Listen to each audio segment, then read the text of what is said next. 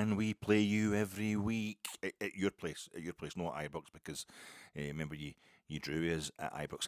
Can we play you every week? That's at Tannadice. You're getting that. That's an asterisk there. It's at Tannadice. Play every week at Tannadice at your place because you're the only team domestically to take anything off us iBooks this season. So it's very much your place.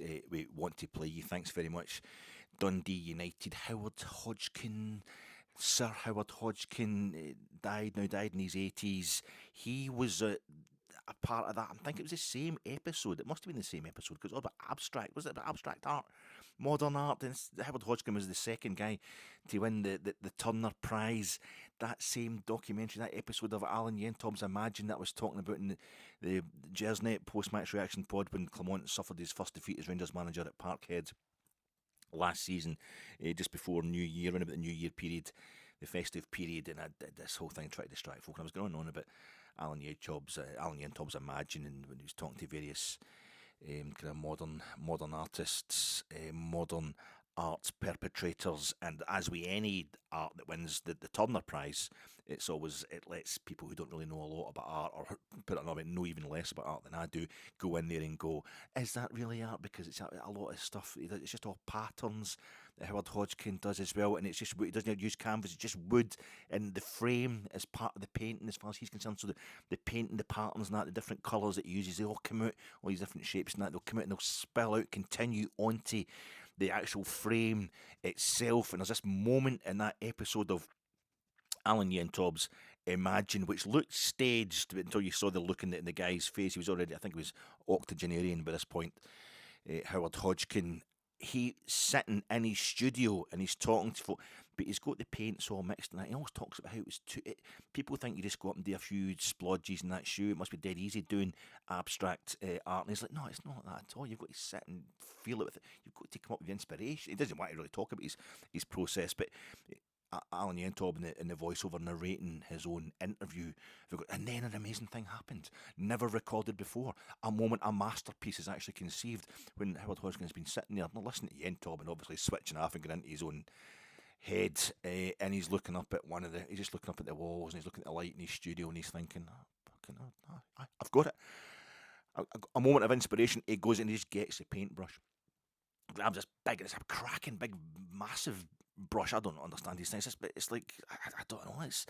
It's half brush, half handle. This thing, it's like it's the shape, the actual hair. The brush is like the shape of a kind of flame on like the way you draw a candle or an emoji for a candle.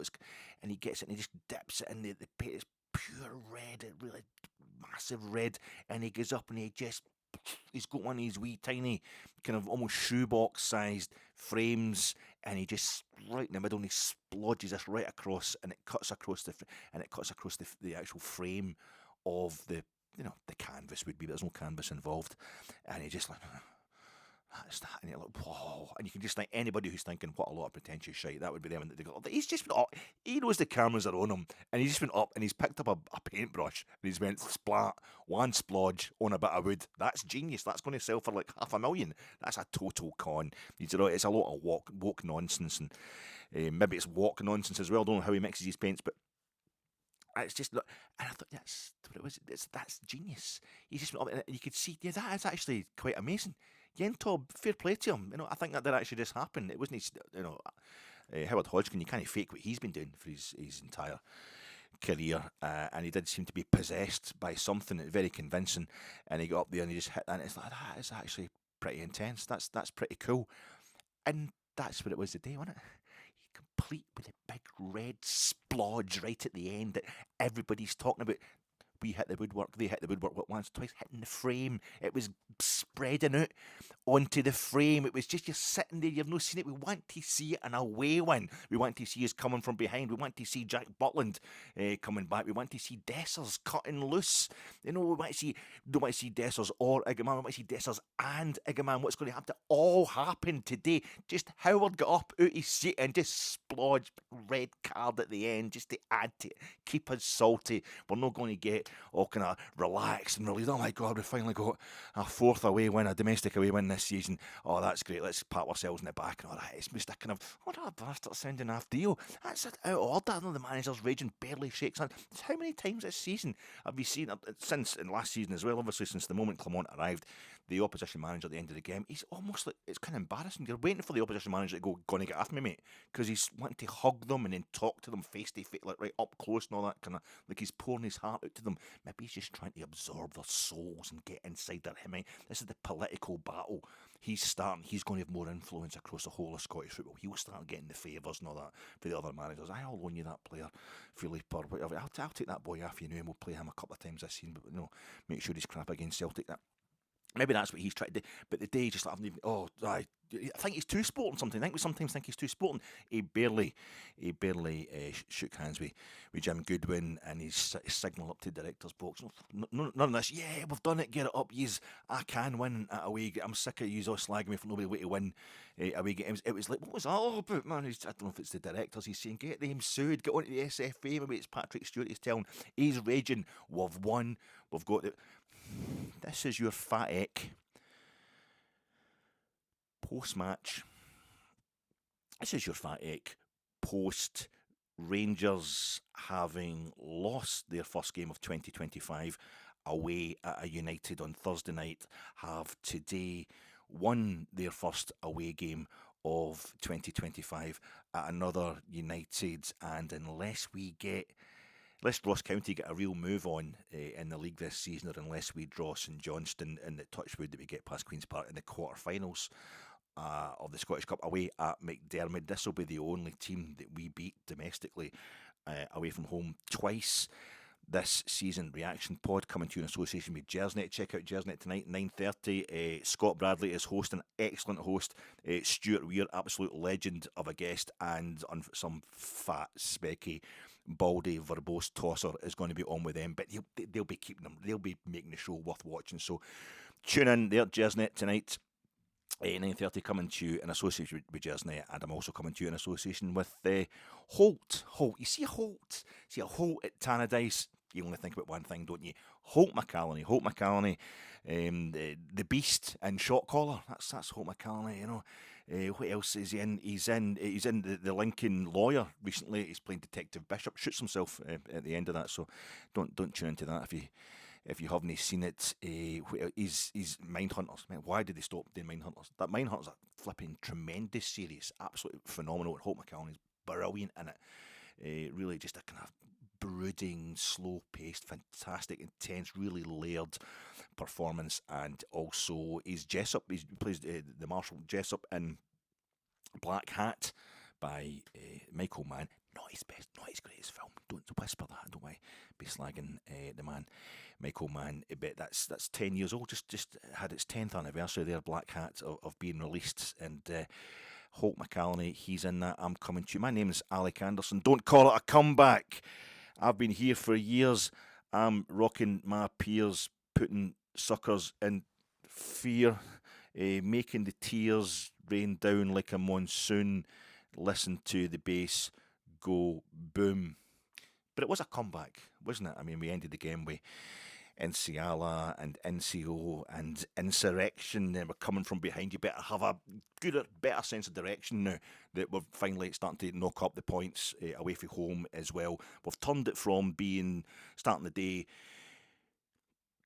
10 points in front of Dundee United and 13 points behind Celtic, and we've switched it round. We're now 10 points behind Celtic and 13 points in front of Dundee United. And that's not, I mean, it's not any way acceptable for Rangers, long term, to be 10 points behind anybody. And of course, Celtic will win their game in hand over Dundee, but it's just a nice feeling after them. They dragged out themselves today after what happened on Thursday night. Thursday night wasn't a bad thing, it was a lovely thing, it was a beautiful kind of pain. No disgrace whatsoever. It was just the pain on Thursday night was because we almost massively overachieved, and it just get found out just at the end. It got a bit much for us. We lost that game, an epic game against Manchester United at Old Trafford, and that was a bit. I'm talking about Michael Mann. It was a bit like Heat as well. I'm going to get into the game in 2 seconds, folks. I just need to get a bit of emotional stuff out my system here. It's been a long time coming. Heat. It was reminding me. I've met Michael Mann there, so I might as well do the greatest Michael Mann film. And I think Thursday night was a bit like the moment where De Niro comes in to Edie's flat after the robbery. She realises that was him. That was you. That was you in the news, running up down the street, shooting folk and getting shot at by the police after the bank robbery. All went wrong. Who are you? What are you? It's like, what I'm not. I don't sell metals. He's telling. It's a hard way to find out that your boyfriend is actually a master criminal, or not so much now that he's all over the news, having been involved in a major shootout in the downtown area. But he goes into the fridge. He goes into her fridge and he gets a bottle of water. And while she's in total shock, he's just saying, "My friend Michael, he didn't have to be there. He knew the risks. When it rains, you get wet. He's drinking the water. When it rains, you get wet." And he did know the risk. Michael didn't risk it because Neil Macaulay, as played by De Niro, he told him the risk. He told Elaine takes good care of you. You get T-bonds, you get stocks. If I was you, I'd stay clear of this one. But for Michael Chirito, the action, for Tom Sizemore's Michael Chirito, the action is the juice. He's in. He wants to get involved in that robbery, and he gets shot through the head by the Al Pacino character, and there's a bit where basically I was really pleased to start reading other folk loving Heat as well, and proper journalists and proper film reviewers and what have you, and they were talking about how the bit where Michael Chirito, during the shootout with the police through the downtown area, and there's lots of shoppers and that about, he's running away from the police and kind of turning and shooting back at them and all that, and it's heavy machine guns and stuff like that. He picked a submachine, light machine guns, and he picks up a wee lassie. He's got two wee lassies of his own, and he picks up a wee girl who must be about 5 years old to use her as a human shield, while running through this busy shopping area, so the police won't shoot at him as he tries to get away with all the millions that he's stolen. And other critics now were like, it says a lot about Heat, where you just go, yeah, it's a good move. You don't go, oh my God, he's taking that too far, and he's got daughters of his own. Putting them, it's like, aye, you've got to do that to get away. You so caught up in the film, great move. But he turns round and Vincent Hanna blew away Frankie Arno in Chicago, and God knows he was a fucking maniac. So he blows away Michael Chirito, and it's really sad. And that's what it was like. That was like that moment of Michael finally revealing. Michael dies, but Neil Macaulay revealing to Edie, just saying it out loud, that he basically was his friend. He loved Michael. He loved Michael, and his friend has died during the job. And that's what it's like. It was a lovely thing at Old Trafford, but it was also slightly tragic, getting shot through the skull by Bruno Fernandes, as we did after coming so close to that major score. It was clean in low eight figures. So, yeah, today, suffering from that, of course, as always, Rangers, that was Thursday night, traumatic game. Dundee United, they played Monday night, that's only across the road at Tannadice. A lot more rest, and they're under a bit of pressure as well, famously, or not famously, but this season, it's a criticism of them. The end games really well, but they start them really slowly. So they set up a kind of 4-4-2 formation today. They were obviously going to go for the same formation they played against Celtic when they held Celtic 0-0 at Tannadice. It's still a kind of confusing thing with Rangers just now, because what we've done today, Dundee United, I think it's only St Johnstone that have got a worse home record than Dundee United. But yet at the same time, if the big problem for Rangers is the reason it's become a slagging for Rangers is because it's the teams that are below us. All the teams below us, it's only Celtic above us in the league, and it's these venues of teams that are below us in the league where we're slipping up. We can't win at enough of those venues. Only 3 times before today, one of them being Tannadice, the first time we went there this season. So it's like we've beaten the Dundee United are the top of all the teams below us. They're third place. They're the best of the rest outside the Old Firm. But yet at the same time, they've got a terrible home record. So there's still a wee bit of nothing's too brilliantly proven. It's not as if we're problems away from home at places outside Parkhead are totally over in Scotland. But it kind of keeps us on our toes. I quite like that as well. There's still enough doubt there, as I say. We're not too chuffed with ourselves and trying to kind of relax and all that after today. There's still a lot to prove for various reasons. But it makes a big change. It makes it a lovely change to be sitting here on a Sunday after an away game like that. Just really, really delighted with Rangers. Rangers won 3-1, by the way. I don't know if I mentioned that at any point. Rangers won 3-1, and that's what I'm about to talk about. Sam Dalby was playing up front for Dundee United. Of course, they felt like they've just kept him until the end of the season. He's on loan from Wrexham, and Sky beautifully put up a wee stat saying he has scored 10 goals. He's joint in the SPL now. Igaman and Cherny were next with 9 goals each. They were joint, third, or whatever. But it was Kyogo Furuhashi, goodbye to him. He's off ski to France. He's on 10 goals, and Dalby is on 10 goals. They're the joint top scorers in the league this season, the top flight this season. I'm thinking, yeah, that just. And their manager's saying, we've got 10 players out today. He loves telling you, there's 10 players. We've just getting the excuses in first. Big Phil, you're like, oh, geez, there's something significant about that. Dalby, this is his first game after he's agreed to stay on. The first game after Kyogo has left Scottish football. He's going to get his 11th goal, isn't he? He's going to go out on his own at the top of the scoring charts, and us having 10 players out injured seemed to, I don't know, add up to that as well. Sky were also keen to tell us that if we didn't win today, it was going to confirm our worst away performance in the top flight at this stage of the season in 39 years. And I'm like, even to somebody my age who, I'm like 55, I can still go, 39 years ago, that's probably the Second World War. Then you think about it and I go, no, it was 1985, 1986, and I went to every Rangers away game that season, bar one. Domestically, I didn't go Europe, but every domestic away game, bar one. I think it was a midweek one at Pataudry and a school night. I was only like 15, 16 at the time. But yeah, I did them on. I thought, I'm a flipping jinx. And we started that season like, as the season ended with Walter Smith and Graham Souness arriving at Rangers.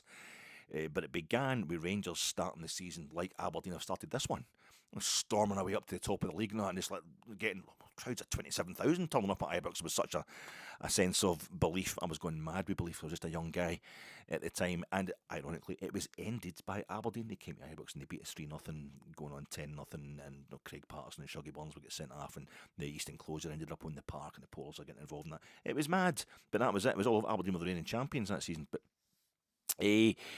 that was quite a sobering thought. You can't slag Jock Wallace, Rangers legend, but that was when we're going to go back to Jock Wallace's second reign if we didn't win this one today. And I saw them thinking the 10 players that are missing, and what the players that are, that we're missing. John Suter, his Dundee United connections. Balogun hadn't made it after going off the park at Old Trafford on Thursday night. We know all about Kassan Weird-Joe and John Sterling, and I think it's just like, it's really bad. We know the situation, but I'm looking at the Rangers as I'm just kind of sitting down to watch it on Sky, the wee bit of build-up. They're all out training. It's showing them training just underneath the fair play stand, just underneath the box with the pundits in it at that corner of Tannadice, and I'm seeing like Diomande, Hadji, Igaman, Dessers. I'm thinking, we should wipe the floor of these bastards. These guys are brilliant. These guys, if they play Bajrami as well, you've got your doubts about him. He's having a wee laugh with Hefty and that. You feeling the cold there, son? Brazilian and that. I thought, they should be able to just go out and destroy these. I know it doesn't work like that, and it didn't work like that for the first. Jack Butland, massive call, him back in nets. Maybe not a massive call to some, but I think I was saying this in the preview pods on Saturday. I thought we're actually getting to the point where none of our goalkeepers are beyond reproach or seem a more promising prospect. They've all had ricks, even Mason Munn, a wee slip up temporarily, just didn't amount to anything. But against Fraserburgh this time last week. But it was a big call after that massive rick by Jack Butland when he punched the ball into his own net on Thursday night against Manchester United to give Manchester United the lead, and ultimately that probably cost us the match more than anything else. But Jack Butland was in goals.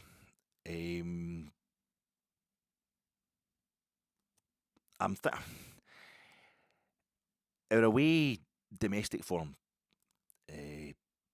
on Thursday night just felt like a distant. I'm hesitating to tell you this because it was. I don't want to conjure. I'm conscious of conjuring up really horrible images just because if it's alright, if it's just me talking to other old men, but and maybe even then it's not very acceptable. But basically, I was sitting in the bog last night, early hours in the morning, and just doom scrolling whatever on the phone. It must have been like 3 o'clock in the morning or something. And I could hear a kind of, and it wasn't coming out of me. It was just a wee change. Just this slightly buzzing noise. I thought, is that a fly? It's like a fly that's dying. that noise you get is buzz, slight buzz. And I'm looking in the window, and I'm like, oh, it's the middle of, it's the end of January. It has been a bit warm recently, but that storm and all that, it can't be that. And I'm looking about, looking at the lights where you usually would see a flyer and all that buzzing about. Is it a cat or something at the back? Is it a fox has been injured or something? There's something that, and then just suddenly I realised, you can tune in, it's chainsaws in the distance. There's a railway line just a couple of miles up the road, and it's the guys, the ScotRail guys, are out there clearing the lines. Just the trees have obviously fallen on the lines, and they're out there with the chainsaws to all hours in the morning, just having to cut these things up, working right through the night to get rid of it. And I'm thinking that's basically what's happened with Dundee United at Tannadice, because everything that we wanted, the romance, the power, the kudos of going to Old Trafford and Rangers, a chance for a historic win, turned into a historic performance anyway. It's certainly one we'll all remember. But at that moment in time, Dundee United at Tannadice, especially us having won there earlier this season, just seemed like a wee but. And then just today, you're just thinking about the domestic away form and how many players we've got missing, and suddenly it just became like a big, massive chainsaw coming to hack right through you. The danger that was involved there, and I'm thinking, we're wearing the white socks, You're panicking, Alec. It's the national kit, it's the away kit. It's okay to have the white shorts, the white socks with they're going with the blue shorts and the white top. That's okay. They're not wearing them with the home top, which always makes us look peely wally and totally weak ass before we even take the pitch. But the first minute of the game, we win a free kick. They win 2 corners in the first 4 minutes of the game, and for the second of those corners, they hit the post again. Hadji, as he was against, I think it was St Johnstone a couple of Sundays ago, he's outmatched an opposition set piece. Again, as per Irebooks on the 23rd of November, it's Sam Dalby, their top scorer. The big, tall, blonde centre forward guy. It's 19 on his back. Maybe that's confusing. Just ignore the one. Just think 9 guy. Stop him. He's the one you want. He ends up getting a header on our goal. Butland is beaten. All ends up. It comes back off the post. Tav clears the rebound from it 2 yards out under pressure. Thinking, okay. I thought we were starting well there, but it doesn't look like it. The first kind of 5 to 15 minutes, we do a lot of possession outside their box. Declan Gallagher is fouling everybody for United proper. He clocks Dalby. Thinking, I'm hoping that's us getting, let them know you're there, Big Robin. And Igaman clearly playing at 10. Sky Sport, I think BBC did it as well, putting us at 4-4-2. Oh, they're going with Igaman and Dessers up front. Bajrami's gone back to the wide left, a position he can play for club and country. Hadji has switched to go wide right. It's Igaman at 10. So Igaman, the boy, slipped through to Raskin, for example, in the early stages of the game at Old Trafford the other night. He could play that beautifully, and it's Dessers in front of him. I think Dessers come on and went 10 at Old Trafford and let Igaman stay up front on his own. But it's the 4-2-3-1. Diomande and we'll go Diomande back in the team as well. That was major, as well as having Hadji back. Diomande come back. It was European suspension the other night, and goes straight back into domestic suspension by the end of this one. And Hadji hadn't been in the European squad, so he's back in the team. And what have we got? We've got Hefty on the lefty, Tav's at right back, and it's proper. And Clinton and Ciala also not in the European squad, fresh from his daisy cutting deflected belter against Fraserburgh last week. He's doing alright for himself these days after making his debut across the road. He must have been confused as hell a day in that bus journey, thinking, what? Apparently we stayed in a hotel overnight. We're getting back to the same, but we've just played here. It's what? He's at centre half again today. And yeah, it's just a typical filthy Jim Goodwin team. It was reminding me of that time the St Mirren under Jim Goodwin pit us out the League Cup during the 55 season. They're just kicking us all over the park, but you can't be making the excuses. Dalby had a shot from outside the box. Butland get down to it, saved it low to his left-hand side, but it's straight back in top of us, and our defence looks a bit wobbly. 20th minute, it's that, who was the guy? Knowles, I can't remember his name. He was signed for, he went Irish International, Republic of Ireland International. He went for Dunfermline to Dundee United. I was right behind. It was a 2007-2008 season, that 3-each draw we had at Tannadice. Celtic had slipped up at Parkhead the day before. They lost him, Motherwell. We thought that was it. It was all over. We'd won it. We thought we'd won the league. and he came and he would sit, and he ends up he went to Reading, and I think he became caretaker manager of Reading at one point, maybe when Jaap Stam left or some Noel. But he would come in and just park his arse right basically on a Rangers supporter's lap when he was taking a throw in front of the fair play stand, which was the terrace that the Gothenburg supporters occupied during the 1987 UEFA Cup final second leg. Well, I can't remember who it was, the United player was the day, doing exactly the same thing, parking his bum, basically on the perimeter wall on the track side there, and the Rangers supporters all stood around about. I think they're looking for a reaction. The Rangers supporters just like, oh, you're a football player. And so, but he hurls the ball right into our box. Diomande goes up for it and is battered in the back by the Kevin Holt, who is twice his size. The ball is spinning into the ball, and we just car crashed. If it was it's like a shipwreck that's getting sucked below the waves. The defending is just horrendous. It wasn't even just like non-existent. It was just going in all the wrong directions. It was like a wreckage floating about on the waves. Robin Proper goes to ground. He ends up straight away. He kind of falls on the deck as if he throws himself on the deck, and he's sliding about there in a really weird fashion, as if he's been operated below, as if like a wee Wayne, a toddler in his winter kind of parka and all that, and his cute wellies getting pulled about in a toboggan by his dad at the bottom of the hill with the snow because he's no old enough for it to go in this. But he's just flapping about in the deck, and I think he kind of scuffs the ball towards the penalty spot or something like that, as all these big bruising Dundee United players are batting about like rabid dogs trying to get a hold of it. And as Proper manages to get himself up, Clinton and Ciala thinks, no, we can't have both our centre-halves standing up at the same time while defending a high ball into our box. I'll hit the deck as well.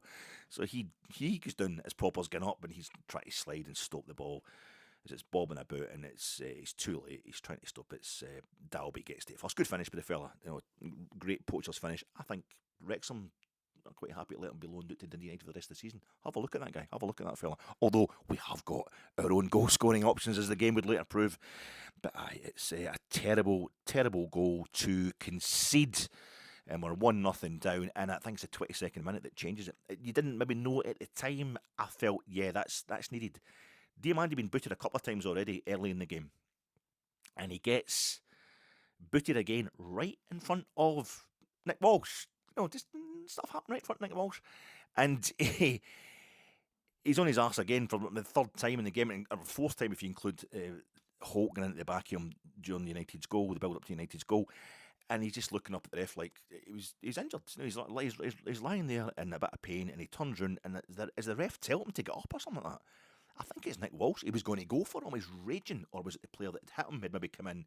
United are like that's all the wind up stuff. Declan Gallagher. He's maybe getting in there, giving it get. I couldn't see what happened, but he gets up and he's absolutely raging. Diomande. There's no booking given to United player. A blatant foul, and Diomande goes and he gets retribution. He gets the guy, and the guy it wasn't. There was no kind of fight after it. It was like, I just got you back there. I fair dues.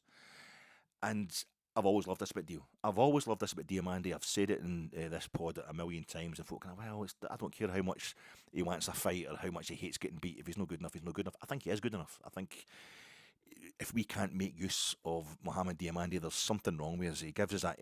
We really missed him. I think we'd have made a difference the other night. If you've not been watching us in Europe, if you don't know what Diomande gives us, and I think he just had enough. And there's a kind of poetry, a kind of symmetry, a kind of reflection of what happened at 2020, 2021 when we won 55, and at Ibrox in September we cuffed Dundee United 4-0, and Ryan Edwards put his studs through Alfredo Morelos' legs.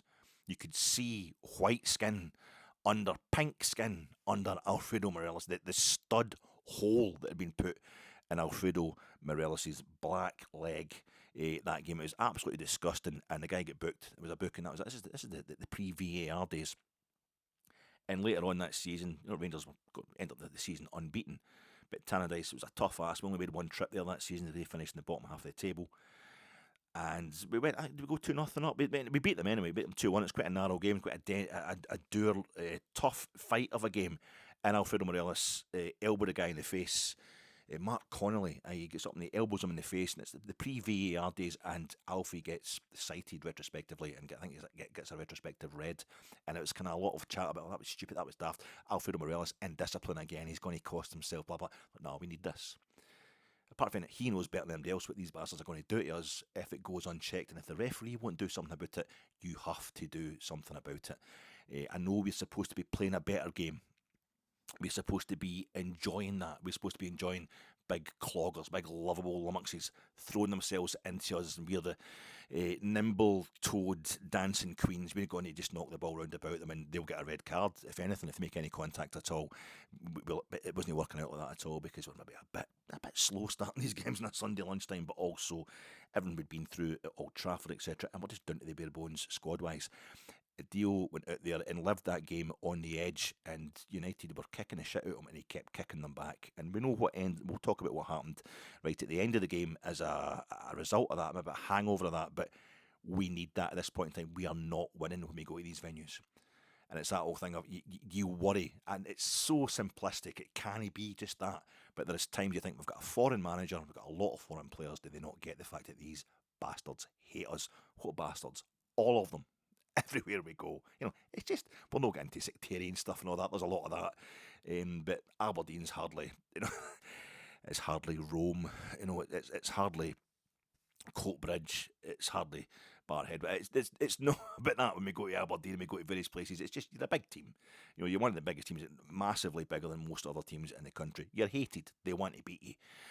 And it's wee tight venues now. That seems to be a bit of a problem that we can't handle it. Diomande can handle it. He should have been sent off in the Scottish Cup final. We had the booking that John Sterling got, which was a complete farce in the Scottish Cup final. Just gone, just passed. But Dio, and he did it at Parkhead as well, he gets away with it, actually lashing out, having a swing at folk, having a kick at them, because he just fucking hates them, and he hates losing, and if you want to fight, he's built like an X-ray, so he's going to have to make up for it at times, but by being a bit more violent, perhaps. We need that. We need a bit of on the edge, cop a red card every now and then, but just get the message out there. We're not going to be fucked about. And I thought that was a moment today, and it didn't seem like it was going to work. 28 minutes just after that, Hefty went down after being caught on camera moaning at defence, and he went down after a kind of aerial challenge where he seemed to take one in the ribs, and he's kind of wrote. And I'm thinking, is he starting to? He will know that people are being critical of him for doing the same thing a few times, losing his man at the back post this season as he did, or the back post area. The area he's supposed to be defending, as he did with the world-class Bruno Fernandes the other night at Old Trafford. He's getting the blame for that.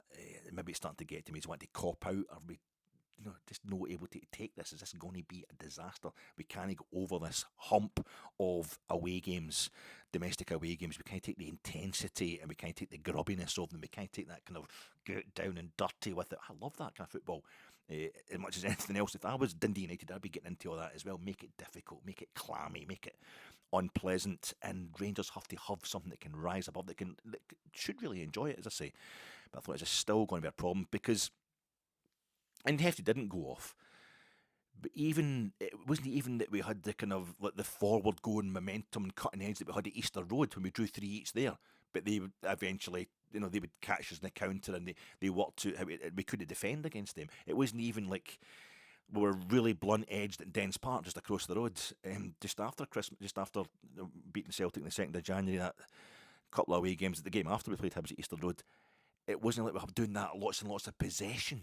There was nothing. We looked completely listless, but for that little moment of retribution by Diomande, and I thought, we can't go from having the level. We know it's going to be harder away from home. We can't have the level of control and comfort that we had, at so many home games this season, because we're winning our home games more comfortably than we were in the early part of the season. But it feels like there's definitely improvement there, especially when you consider we've actually got less players fit. I'm thinking, how can we then be going to? I don't expect us to be as in control as we are in home games, beating Aberdeen 3-0, 3-0 up against St Johnstone in half an hour. I know, but when one of the games is pounding Celtic 3-0, with complete control of the game, even having less possession, just managing the game, the concentration, the intent, the desire. There has to be something of that left. that's more than good enough when we go to Easter Road, Dens Park, and here at Tannadice today, it was the worst yet in that opening kind of half hour. I thought, we're going to cave here. We're not just going to get beat. We're going to get pumped if we don't sort ourselves out. We look totally listless, and then it's Dio again. I mean, the Hadji keeps the ball in. 36 minutes or something like that. Hadji keeps the ball in, and he did keep it in. Just as it was heading out for a shy, kind of deep, really, just not that far advanced into the United half on the right wing. Really did well today, Hadji, considering he's switched positions from his recent time at Rangers, the Rangers first team. Back in the Rangers first team, mostly playing on the left-hand side. But he catches the ball and he just moves up park gently, slips it into Tav, who's underlapping, coming up the inside, as Rangers come from behind with him. And he just, kind of wee tap, wee kind of lay off to Dio, who is square, maybe on the D, basically. Dio on the D at the edge of the United box, and he actually takes it away, takes it further away from the centre of the goal to seemingly make it harder for himself, and also to give the United defence more time to gather numbers, to get in front of him. And he goes from having like 4 players in front of him, square on goal, to having like 6 outfield United players between him and the United goalkeeper at a wider angle. But he sees it. It's like that. I always talk about Ian Durant's goal against Marseille in the Velodrome in the 92-93 Champions League. It's like he sees a tunnel through all the players. He S's the tunnel, as they say. S's the passage through those players with the swing on that right foot shot. I think he's done it left foot as well, from the edge of the box, that he did against Hearts at Ibrox, that 5-0 win last February. That would be. He did it against St Johnstone at McDermott Park as well. He's done it against somebody else, but it's just a lovely, just a beautiful goal right across the box, right through the defence. The goalkeeper's got no chance, straight into the far side. And that's the kind of goal we're going to have to score, because it's coming from zero real Rangers pressure. It wasn't against the run of play, so to speak. It was against the run of momentum in the game at that point in time. It's like, yes, a total relief. It's a goal that got you at your seat. But you're still thinking, is it just a flash in the pan? Is it just a one-off moment of genius because he's totally psyched up? But we then went for it.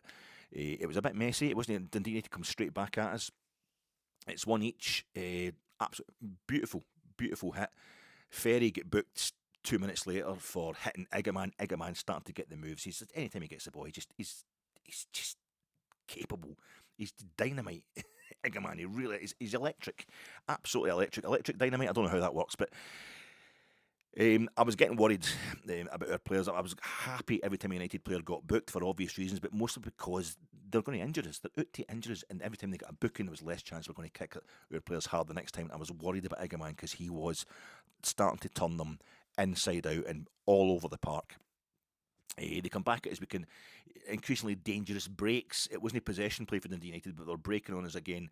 And in the 41st minute, Fothering is a header from about a 6 yards out, saved by positive thinking, winning visualisation. Jack Butland proper took some of the kind of momentum. He got up there and kind of under it, come down off his head. He's kind of got near enough to Fothering him. So he gets a bit of credit for that. That is proper defending, the kind of stuff that doesn't get you any plaudits from the fans, but it really means a lot. It took the kind of power and probably the purchase that Fothering was able to get on the header out of it, and it's kind of straight at Butland. But after Thursday, this counts as a belter of a save. I don't know if it's the Jake Humphreys podcast, Bitcoin Billionaire, or Nonce is just another word for alpha male, whatever podcast it is he's been listening to since Thursday for his positive visualisation. Jack Butland is back on the winning story. He's on the comeback story arc, and it was a good moment for him. 44 minutes, Hadji does his man in the right hand side of the box. It might have been Glenn Middleton. And it's just cutting right into the box. He's hitting the byline, cutting into the box, and he puts it right across the 6 yard box. A beautiful ball. The keeper completely misses it, and there's nobody at the back post. Dessers, or was it Bajrami, hasn't taken the gamble to be at the back post and tap it in. So it means that when Hadji, a minute later, does exactly the same thing on the left hand side of the United box, beats his man, cuts to the byline, old fashioned winger type stuff, he decides to just go for a stupidly tight angled shot on United goal instead of, there is somebody, was it Bajrami, I think, who was gambling into the box a lot today, Bajrami, well, eventually. I think somebody was standing there in between the posts where they should be, where you'd want them to be normally, but he'd obviously get pissed off after it didn't work the first time on the other wing. So that was me already getting it. Are we going to ever get another goal? Was that going to be it? 45 minutes plus 3, getting right the last minute of first half injury time. Tav and Dessers kind of reprised their Old Trafford thing where another of Tav's long, arcing, daisy cutter balls, kind of half lofted, half flighted, just beautiful curves in behind the United centre half. Just all it's he exposes them, and there's Dessers reading it perfectly, taking it first time. Great shot on goal, solid save by the keeper who's pushing it out almost for a corner, but Dessers is onto that like a shot, keeps it and knocks it back to Bajrami, but his shot straight at the goalkeeper, and down the tunnel at half time thinking, we're buzzing, we're looking good. And after the kind of equaliser by Diomande, there's an aggression and a kind of positivity to our possession. There's an attacking intent about us all of a sudden. United start to withdraw into that kind of low block towards the end of the first half. But by this point, they're kind of spinning. It's kind of spinning on its axis, the low block. They're a bit disoriented by having got just a tiny bit smug after they got the first goal. And it seemed to be working for a good 10 minutes or so afterwards. We looked bad. And I think that's given them a little bit, not cockiness, but it makes it harder for them to come back into the game, have to fight again. And I was hoping we could get a second goal, maybe questioning their game plan. Having started to feel like it was totally working. But the night's always darkest just before the dawn. I was wanting us to get another goal before half time because I just want it all done. I want to see that, grab every chance you can get to turn this round because it's been a real problem all season. But the night's always darkest just before the dawn, or you'll look at your pishes just before you've actually a long streak of pish, and you empty it, you shake it, zip it up, and get yourself back to the bar. That's what you do, and you wash your hands because you're a ranger. But you make sure you just need to get it done. It's like there's a bit of the antidote, a bit of the poison's always contained in the antidote. You have to kind of face up to your problems, and it's like we'd only come back. We'd only been trailing, and it won a game in which we'd been trailing this season in the League Cup semi-final against Motherwell. That was it. That's the only time we've made a comeback once we've conceded the first goal in a game this season. So that's kind of scary. And also just 3 away games domestically, 3 away games, because all our League Cup games have been at home so far, Queen's Park as well. We've only got a chance to have one more domestic away game in another competition this season. That's the Scottish Cup quarter-final if we get into it, because the semi is obviously at Hampden, as is the final. But it's just 3 domestic away wins all season, all in the league, and it's just no good enough. And going behind, so we'd gone behind, we're away from home in the league. Jack Butland was going to have to stand up. It turned out, the renaissance of Dessers, the realisation of Dessers' potential, probably. There's a lot of different things happening today, and it was kind of story arc stuff. It was kind of the stuff you hear about in a podcast or that, telling you to think positively. It's just, things felt absolutely awful. We faced up to it though, and we come back at it. So we're rectifying it in a meaningful way, in a way that's going to last. It's not just like we turned up in a really good mood today, United couldn't get into it, and we blew them away 3-0. We had every problem that we faced this season, everything that the fans have got a real problem with, the ones that totally doubt the manager, it was all there, and we didn't balk. We turned it all round.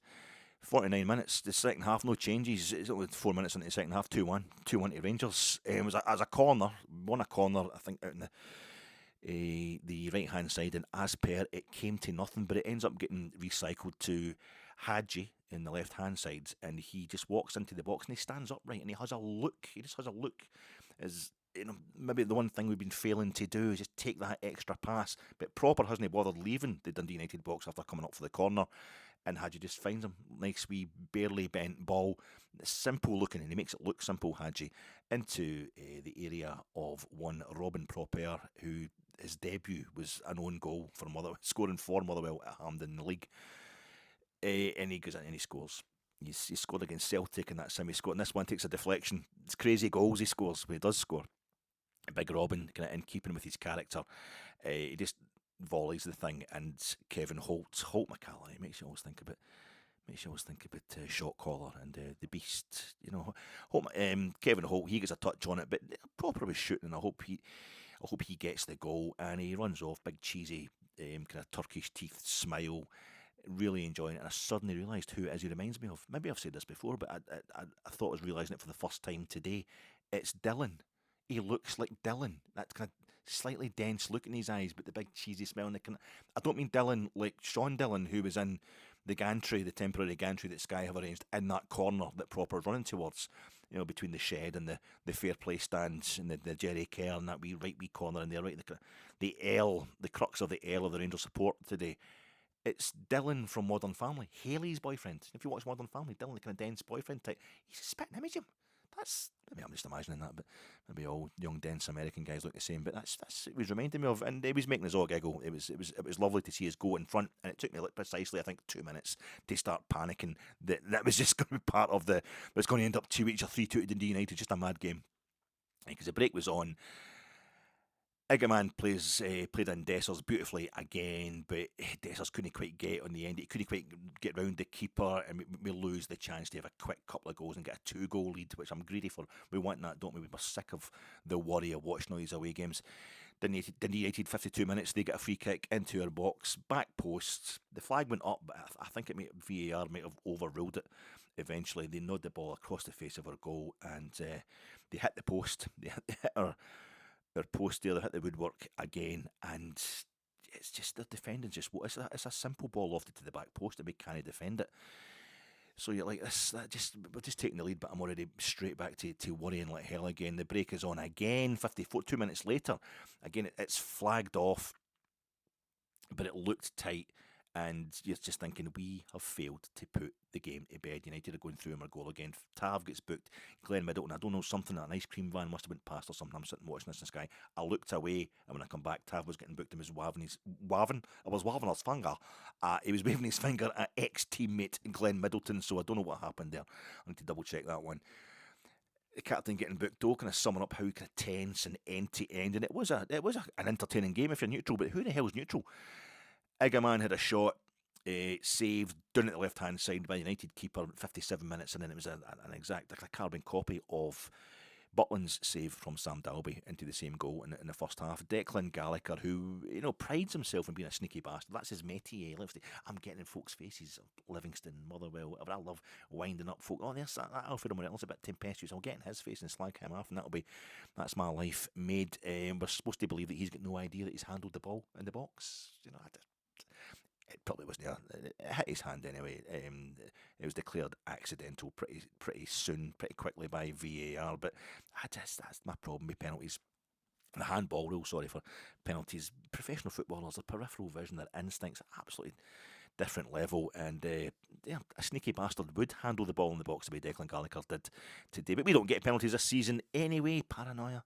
Nope, just facts. Hadji is getting a bit imperious by this point, and Bajrami, after the hour mark, is starting to kind of get interested. Dessers is getting the service, and Iggerman will always be brilliant if he's getting the ball. He just needs his teammates to kind of match it with him. Tav turns them inside out in the box. 62nd minute, he's pulling it in the box, and he clips it to Bajrami. I think it was Bajrami went in with a kind of, on the 6-yard box in United's box, it's a kind of backwards flick to the back post. Was it Bajrami? And it gets cleared, and you're like, there's another chance here. United make a substitution. We look really dangerous, but we can't score, and they're making a substitution. I'm starting to think we don't have the options on the bench. Tom Lawrence, he's back there, the man who scored the winner, the only goal of the game last time. We're at Tannadice and scored a few goals this season, early part of the season. He's still not getting a start today. He's on the bench. And really, it was Ross McCausland, I think, was your next most experienced option after that on the bench. We look dangerous, but we can't score, and I don't know what a United equaliser is going to do to us at this point in time. We would suddenly feel knackered from Thursday. We need a third goal. It's 69 minutes. We can't get enough. We can't get enough when it's bouncing about midfield. We can't get somebody to get a clear header, a solid header to get it. We looked like we're favourites to win the ball all the time, but United keep sticking a boot in and muscling us in midfield. And next thing they're doing, their left hand side or right hand side, they just cut the ball right across the face of the 6-yard box, and Nico Raskin sticks a boot out. It's like the kind of boot that Hadji was wanting him to be there to stick out the same goal in the same end in the first half to put away that chance just before half time. But he hits his own post. The ball comes back off the inside of the post, and we need a third goal. Is it Trapovsky? His name sounds like Jackie Jafanowski. Sorry, that sounds total Brexit means Brexit of me, but I didn't actually take the time to. I was too nervous to check out his name. I'm assuming he's Polish or thereabouts. He hits it over from point blank range, but it's offside. But again, it just shows that they're getting in behind us. really, really easily.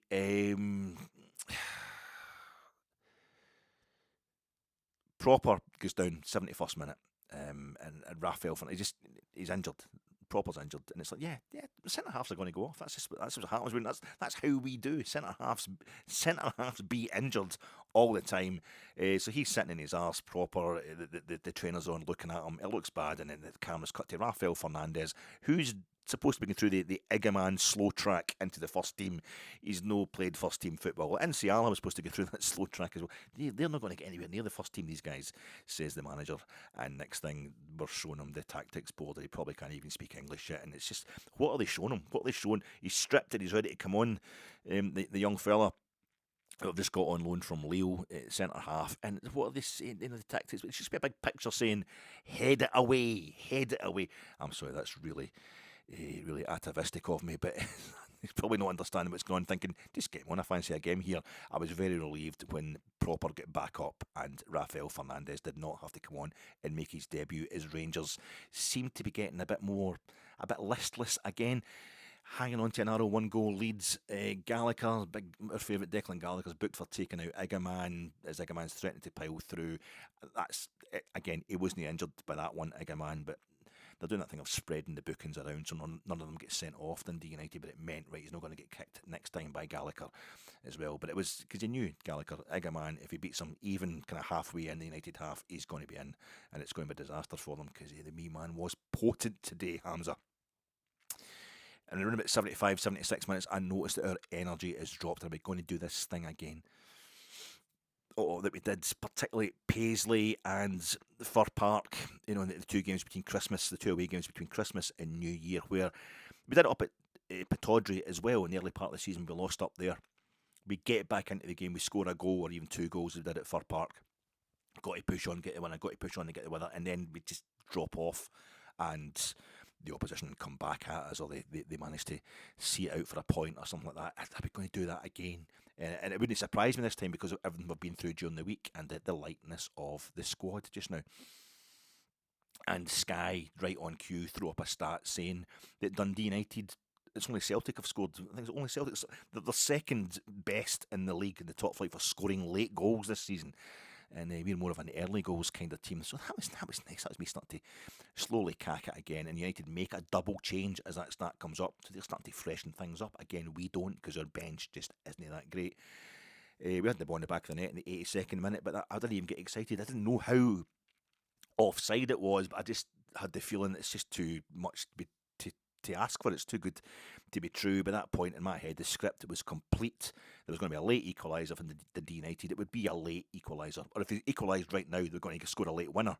But it'd be really late because it's always late. It's always particularly painful. The way we suffer these failures to win away from home. We couldn't get the third goal, and that's it. We were going to have to pay for it. And I barely noticed that we brought on Zach Lovelace. By the 80th minute, it looked like we're the ones that are hitting on the break now. That energy was going. Igaman can always get us, can get us forward, but we never seem to have the numbers. We're always ending up with an ambitious. We were doing this in the first half, and we had the numbers, but we're always ending up with like a far too ambitious shot from outside the box, or a far too ambitious cross, try to hit somebody one side of the box, somebody other side of the box, and it's like we need to have the extra pass. We need to take that extra moment of care, make that extra good choice. But now we don't even have the extra players getting up to support like Igaman or Hadji or whoever happens to be up there. And it's just not going to happen at all. I mean, and then it's 86th minute or something like that. Bajrami does really well when Dundee United, I think it's Proper, is in behind a guy who's trying to take the ball in our half. An aerial, a high ball comes to him, and he ends up, the Dundee United player nods it to Bajrami, who turns really quickly and knocks the ball up. Nice ball, about a third of the length of the park, up into the feet of young Zach Lovelace. But Zach Lovelace just sums up the problem we've got. The first time, doesn't he take the ball at his feet? He doesn't, just stop it and have a look around or give other players a chance to support. He just, first time, he's got the D, practically on the D, again, the centre of the United box. He just hits the thing first time, and I'm like, Christ, Zach, take a breath, son. It's the impetuous youth, callow youth careless youth. If you don't grow up soon, Zachary, you're not even going to get as much as an assist for Rangers. Never mind a couple of goals for the first team. I mean, look how far and wide he's hit that ball. It's a stupid ball. It's going right out. It's going to go straight out for a by kick. And there's Dessers. I mean, Dessers has managed to catch it so far out wide. It's practically going out. It's like outside the 6 yard box, but it's practically in the byline. And Dessers, even he's did the same thing again. Stop the ball, Cyril. Look up, have a look around, see if there's any options. Maybe try and win as a corner or something like that. But no, he's going to do the same stupid thing as everybody else has been doing all game. He's just hitting the thing first time for a ridiculous angle at a ridiculous speed, and it's just gone high, wide, and handsome into the top corner on the fucking net. 3-1 the Teddy Bears. Kiss my fucking ring. We'll take that away win. Thank you very much. Absolutely smashing. Will you take that away win? Will you take that away win, Alec? Because there's the best part of 4 minutes of normal time to go, and then whatever injury time is going to be in the state of your defence. Are you really confident that we're going to take that away? It's going to take more than Paul Incio coming on for his first team debut, coming on for a Bajrami to make sure this one's got over the line. But the look in Desser's face as he goes up to the shed and just look, it's like a look of, do you get me now? Do you understand? Are you not entertained? Are you not inspired? I did it at Old Trafford. I'm doing it at Tannadice. I'm hitting it first time. I've got time to think about it. I'll do it all. I'll miss it all, but I'll do it all as well. It's Scottish football. I'll get more chances. Don't worry about it. Do you not get what I am all about? What an absolutely a stonking goal. A gorgeous finish. A beautiful ball from Zach Lovelace. A really mature choice. Just such a relaxed and mature choice. A young man under that kind of pressure. Did he play that well against Fraserburgh in the Scottish Cup? And you thought, maybe he's going to gets the ball and just feeds it to. He's supposed to come on the other night at Old Trafford, but it was a Desser's goal stopped that happening the other night. So he's involved in the Desser's goal away to another United that play in Europe quite often as well, or used to. So it was just a lovely one. What a finish. What a finish. A team goal from our own half, from Proper getting up there and put the United player under pressure to Bajrami doing his little bit, which he owed us. And a lovely ball into Lovelace, and lovely. Just it was beautiful. But it gets better and better with every compartment, every section of that goal.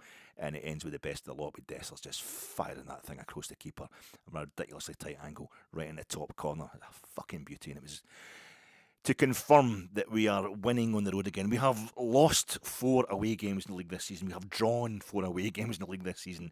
We have won 3 away games in the league this season. We've just got time for, but say Paul Insil comes on, number 55, young Englishman.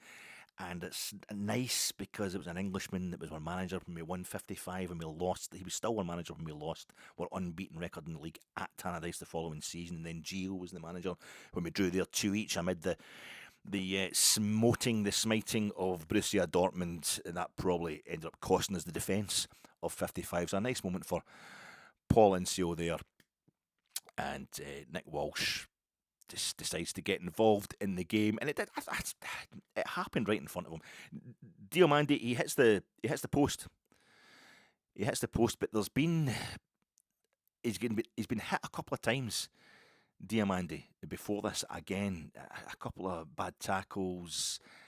I think I actually wrote it down somewhere because I watched it back again. I noticed just how bad it was. Somebody rattled him in the back of the legs. I don't think it's just after he had hit the post. It was a left foot shot this time. He kind of put the fade on it towards the back post. It was a left foot shot, and it comes back off the post. So it could have been 4-1, but that's us. We had 3 goals and hitting the woodwork in this game today, and having a goal disallowed. So all in all, a great day's work for the Rangers attack, and a great day's work for the defence as well to suck it up when under pressure and only concede the 1 goal. But I don't know where the hell I've written it down. I'd taken it's actually a foul on Dessers. So the ball, Dessers, and it's a nasty foul. So the feet are completely taken away from him. There's been a few of them. I'm so busy enjoying the fact that we're 3-1 up. Even I wasn't noticing them first time. I just watched it back. But Kevin Holt is trying to get the ball off Dio. The ball just rolls to Diomande as the referee has blown for a foul. 2 Rangers outside the United box.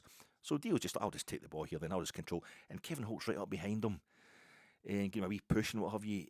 And it's like, what's your freaking problem? It's our ball, but it's that thing where they're just being petty. And Diomande wheels round because he's been pushed in the back, and it's Kevin Holt again who clocked him earlier in the game. He's probably raging because he scored an own goal as well, as far as he's concerned, and that's turned it round in the second half. And Dio does one of these things that he tries to slap the guy in the face. His instinct is to slap the guy in the face. I think he pulls it as he's doing it. It could be construed as the guy's putting his hands on him, and Dio could be turning to knock his hand away from him. If he makes contact, it's by what was those things you used to get? Was it a plasticine thing or something? It was like somebody's face, almost like a Desperate Dan character, but you took the hat off and you could put the plasticine inside, or Play-Doh or something, and then push it through, and those wee holes in the chin, and it would all come out to a big bit. If you could do that, and Kevin Holt could suddenly have grown a beard, it might have a whoosh of his beard. It really hurt his beard if he'd done that. It probably did make a wee bit of contact, but Kevin Holt certainly felt the gust of wind as Dio's hand went near his chin. And he went mental because he's like 6'4", and Dio's built like an X-ray, and he was just raging anyway and wanting to make stuff happen. And next thing, Declan Gallagher's pushing, into the back of Rascan, and then pushing into the front of Rascan, and it's just the usual kind of handbag stuff. But Diomande instantly looked guilty as sin. He's trying to get out of the way. He knew what he'd done. He doesn't make contact with the guy. I know that's a big thing, but I'm sure it'll be violent intent. That's what it. It's fine. We can give it. Well, there wasn't anything violent about it. I mean, that's no in any way going to hurt them, but that's not the point. It's like saying the amount of players these days that get kicked in the box. They get touched in the box and they go down like a sack of tatties. If they've been touched, then it is a penalty. That guy doesn't have to go down. He's not had to go down because of that contact. No, he doesn't have to go down. But you've made the contact. You've made your own bed. So I think Dio's he's done his wee bit there. He's got himself into trouble. I need to check the rules because this is the problem with all these things, especially VAR's involved. People just construe it in a big kind of melange of VAR, I hate it, or I don't really know what the protocols are, etc., what the rules can be. I imagine it's certainly the intent is there, and from the rules I remember, the rules are changing all the time, and I really apologise. I've not been keeping up with them. But you could go in, studs up on somebody. Doesn't matter if the player they're going in on vaults the tackle, gets out the way. You're still trying to nail the guy, and you can get sent off for that. So Dio is looking super sheepish. It doesn't do himself. He should have been protesting like mad about it, but he just looks totally guilty. And then Walsh goes over. He gets called over by VAR, by Don Robertson in the VAR room to have a look at it again, but he stands by his decision. And we start seeing replays. You can see where Walsh is standing. It does look like Diomande slaps him, and he's trying to slap him. Yes, trying to slap Holt, Dio. Instinctively, but immediately regretting it, and probably definitely pulling his punch halfway through the process of trying to slap him. But he then, when you see it from angles behind the goal, you see the various angles that Sky are showing you, you can see that there's no contact, and if it is, it's just totally minimal. But I would imagine it's violent intent. We're going to appeal it anyway. The manager was absolutely raging about it. Luke Shanley just getting a bit. I mean, the manager's asking you, what do you think? I didn't think Clement was being aggressive. I'm biased. He's just saying, what did you think about it? No, I want to know what's your decision. What do you think? Do you think it was that? Because Clement's going to get himself into trouble if he says too much about the referee or about VAR. So he just wants a neutral opinion about somebody who's deliberately asking him the question to get him into trouble. He's like, well, you're the Rangers manager, you get paid. Piss off, you fucking knob. Sober up and just have a bit of banter. But no, it was. Hopefully we'll appeal it and we'll find out. But it's just gone from a European ban. I thought, I don't know how these things work domestically. I thought it would just apply to any domestic competition, so it would be Ross County, probably a 2-game ban for violent conduct. So Ross County at home. I mean, still, Ross County's away form has just suddenly picked up, of course. We've got Ross County at home and then Queen's Park at home in the Scottish Cup, but they were saying on Sky it would just be the league games with Ross County, and then Hearts at Tynecastle. Although if he's going to play like that, Hearts at Tynecastle, he's probably going to get sent off there as well, Dio. But I can't go back on what I was saying about his attitude today, which was first class. I think the one good thing about it was at first the cameras closed in on Igaman before we knew what had happened, and you needed the action replays to get any idea of what had happened. Igaman's looking, what, I've been sent off. It looked as if he was saying he'd been sent off, and I thought, oh Christ, don't want to lose him. And then we had, I'm just looking at the time there, so I'm talking far too long, folks. and I'm losing the plot because it was all so tumultuous, all so exciting. Yeah, I thought, right, it's no Agaman, it's me centre. Thank God, because we need him. We need we need him available all the time. I'm thinking, well, Diomande can play against Union St Gilloise. That's the main thing, and at least we've got a replacement, sort of, in Connor Barron. Not as good, anywhere near as good as Diomande these days, but we've got somebody who can come in and do a job. It's not like another centre half has been suspended, and we'd really be struggling. So, it was. I quite liked it. I liked it though because I say it keeps things salty. It means we're good in the tunnel raging. We're not just giving it right. That's us. We've cured the away problem, which we really haven't. We haven't cured the away from home domestically problem at all. But we've got it. We've got us back, kind of a bit more a respectable position in the league, as I say. And it's ended. Any notion of us finishing third was just put to bed today. So another kind of hysterical worries about us, or our manager is put to bed after. I mean, we had the big three games coming up that were going to get destroyed in October, November. We're giving it, Celtic in December we're going to have Spurs at home, and then 3 days later Celtic in the League Cup final, and then we'll get Manchester United at Old Trafford. It's just going to get annihilated in these games. This manager's clueless and all that, and he's only lost one of those games, and he lost it on penalties. So he only lost one of those games on anything other than penalties. And that was, in the second minute of injury time, away to arguably the third biggest club in the world. Who've just I know that Man U aren't too good just now, but they've just get rid of Anthony, as I was saying in the preview pod, they cost him £81 million. He's their idea of a dud.